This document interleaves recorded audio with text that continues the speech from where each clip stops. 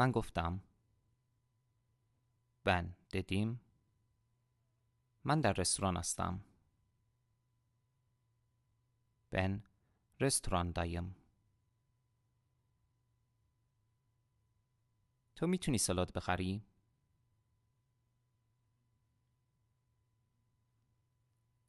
Sen salata alabilir misin? او گفت. او dedi.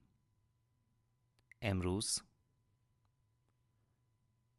bugün. من نمیتونم سالاد بخرم.